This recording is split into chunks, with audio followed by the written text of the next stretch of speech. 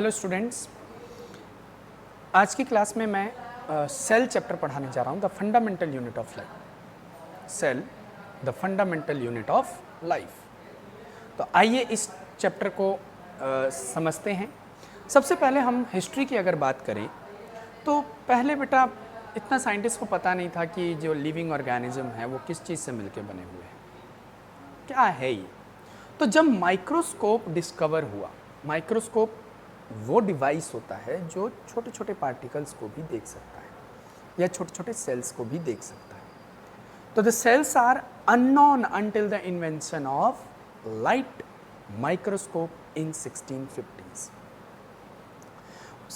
1650 तक जब तक लाइट माइक्रोस्कोप डिस्कवर नहीं हुआ था तब तक सेल के बारे में किसी को कुछ नहीं पता था। कोई जानता ही नहीं था कि सेल नामक भी कोई चीज़ होती है। पहले हर कोई यही सोचता था कि ह्यूमन बीइंग जो है वो एक ह्यूमन बीइंग ही नहीं, जितने भी एनिमल्स हैं वो बने हुए होंगे किसी भी चीज़ के, इतना नॉलेज नहीं था। दो साइंटिस्ट थे, two scientists working independently build the first microscope. दो अलग अलग जगह पर दो साइंटिस्ट वर्क कर रहे थे। उन्होंने पहला माइक्रोस्कोप डिस्कवर किया, बनाया, जिनका नाम था एंटोन वॉन लीeuwenhoek जो कि हॉलैंड के थे, और रॉबर्ट हुक जो कि इंग्लैंड के थे। ये दोनों अलग अलग जगह, यानी एक हॉलैंड में और एक इंग्लैंड में, दोनों का invention same, that is light microscope. उसके बाद जब लाइट माइक्रोस्कोप की डिस्कवरी हो गई तब साइंटिस्ट को पता लगा कि जब उन्होंने माइक्रोस्कोप से लिविंग सेल को देखा, चाहे वो प्लांट था या एनिमल था, जब उसको देखा तो उन्होंने बताया कि yes, all the living organism is made up of cell. तो cell the basic unit of life, और इसको हम लोग ऐसा भी कह सकते हैं बिल्डिंग ब्लॉक ऑफ लाइफ।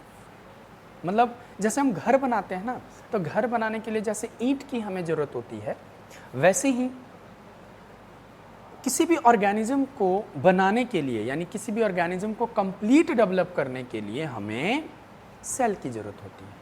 एक एक सेल करके एक कंप्लीट ऑर्गेनिज्म बनता है। तो रॉबर्ट हुक ने 1665 में, ठीक है, कॉर्क को ऑब्जर्व किया, that is dead plant cell, and called the little box he saw cells. इसका क्या मतलब हुआ?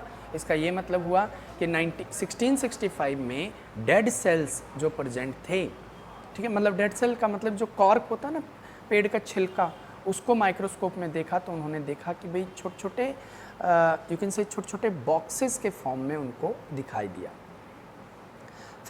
फिर एंटोन वैन लीeuwenhoek ने 1675 में सबसे पहले लिविंग सेल को ऑब्जर्व किया। तो 1675 first observe living cell. Schleiden, Schwann and Virchow ने 1838 से लेकर 1855 तक एक रिसर्च किया और फिर उन्होंने सेल थ्योरी को डेवलप किया। तो देखिए, सेल्डन, सैचुआन और विर्चो ने 1835 से 1855 तक एक रिसर्च किया और उन्होंने सेल थ्योरी की डेवलपमेंट की। ये देखिए, ये कुछ साइंटिस्ट हैं, हुक, रॉबर्ट हुक जिसको हम बोल रहे हैं, इन्होंने सबसे पहले सेल को आइडेंटिफाई किया और उसका नाम दिया।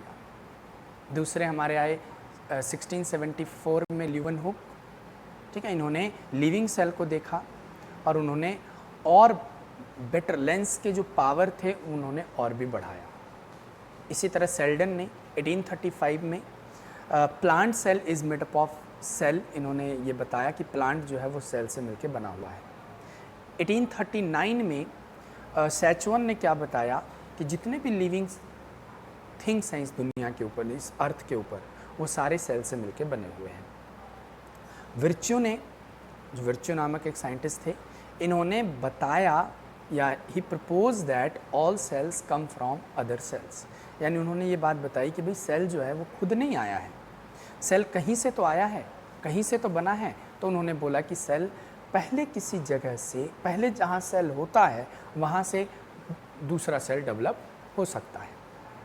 अब जो मैंने अभी आपको बताया कि तीन साइंटिस्ट थे, सैचुआन, सेल्डन, इन्होंने सेल थ्योरी दी थी। अब ये सेल थ्योरी है क्या? तो all organism is composed of one और मोर सेल, मतलब जितने भी ऑर्गेनिज्म होते हैं वो एक या ज़्यादा सेल से बने हुए होते हैं, जो सेल्डन और सैचुआन ने 1838 से 39 के बीच में बताया।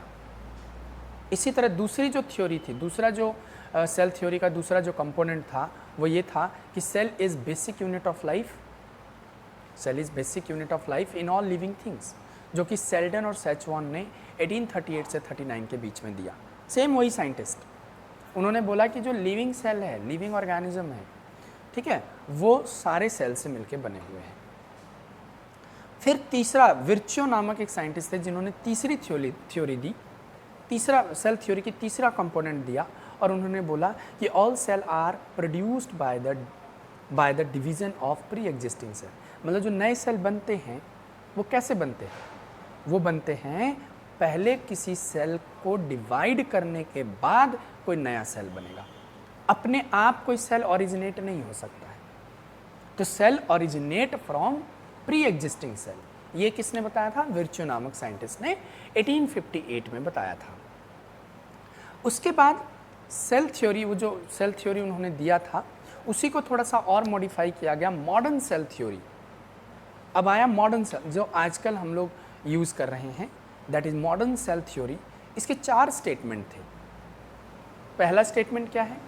The cell contain hereditary information, that is DNA, which is passed from one cell to cell during cell division।